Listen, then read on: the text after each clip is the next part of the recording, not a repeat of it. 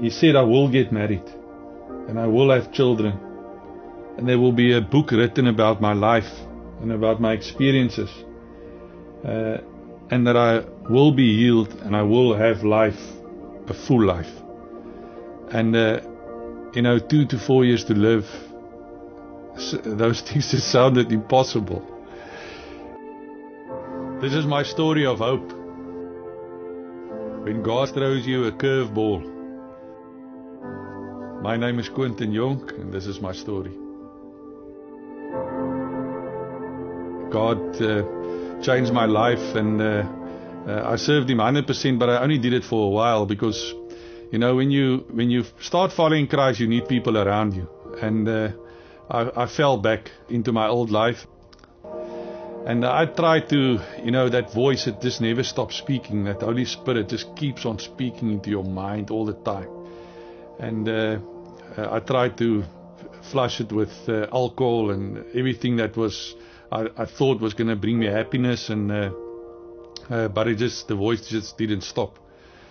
And eventually, a couple of years later, I just decided, I had to make my life right with Christ again, and I was serving Christ 100%, and I was involved in anything and everything that the church could offer. And life was just wonderful. I was so happy.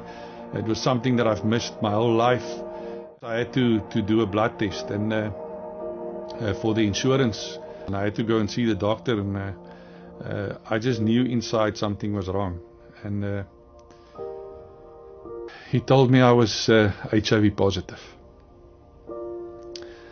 Everybody felt it's one of those sins in the Bible that nobody wants to hear about. And he told me I've got about 2 to 4 years to live. And I was broken. I was really broken.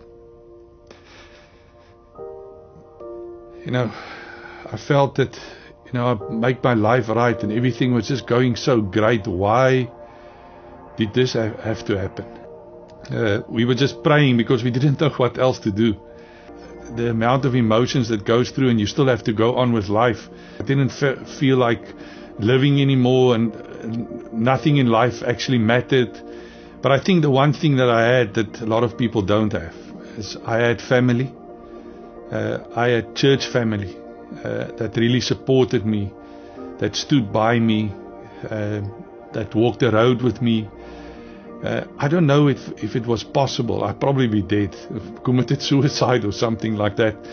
But most of the time they didn't really have answers to me, because these things, never used to happen. I was the first case in a church, and they didn't really know what to expect and what to answer. And getting involved in churches and giving my testimony over all the churches with the information that I have, and I could really start accepting my situation.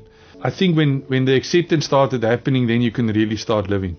And I could really accept life after I've accepted death, and I could really start living for the first time. And I was enjoying life like never before. I will be healed in eternity because I will live in eternity with Christ. And that's the promise that we have to be joyful about. Because we have something after this short life, this short little speck of eternity that we're living now. As we will live with God in eternity.